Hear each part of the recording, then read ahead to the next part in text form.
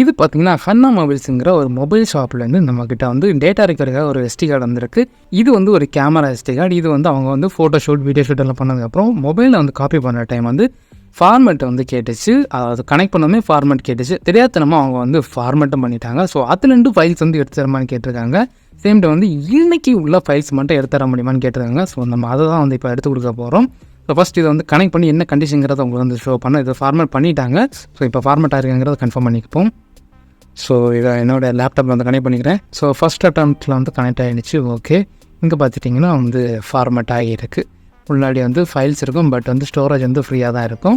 இந்த ஃபைல்ஸ் மொபைலில் கனெக்ட் பண்ண ஃபைல்ஸ் மட்டும் தான் இருக்குது, வேறு எந்த ஃபைல்ஸுமே இல்லை. இப்போ நம்ம இந்த 2 ஃபைல்ஸ் வந்து ரிகவரி பண்ணுவோம். இதில் வந்து அவங்க கேட்டது வந்து இன்னைக்குள்ளது மட்டும்தான். அதை நம்ம வந்து ஃபில்டர் பண்ணிக்கலாம். ஃபில்டர் ஆப்ஷன் கொடுத்துருக்காங்க. அதுக்கப்புறம் டேட் மாடிஃபைட் டுடே, இன்றைக்கி மட்டுமே ஒன்றது 555 ஃபைல்ஸ் இருக்குது. ஸோ இதில் அவங்க கேட்ட ஃபைல்ஸ் தான் இதில் வந்து இருக்குது. ஃபைனலில் பார்த்திங்கன்னா நம்ம நேற்றுக்கே வந்து கஸ்டமரோட டேட்டாஸ் எல்லாமே ரிகவர் பண்ணிட்டோம். ஸோ அவங்க ஃபார்மேட் பண்ணதால் வந்து ப்ராப்ளம் என்னென்னு பார்த்தீங்கன்னா கரப்டர் ஃபைல்ஸ் பார்த்திங்கன்னா இங்கே வந்து ஒரு கரப்டர் ஃபைல் இருக்குது. ஸோ அதை ரிப்பேர் பண்ணி இன்னொரு ஃபைல் வந்து க்ரியேட் பண்ணிக்க, பட் அது சைஸ் கம்மி.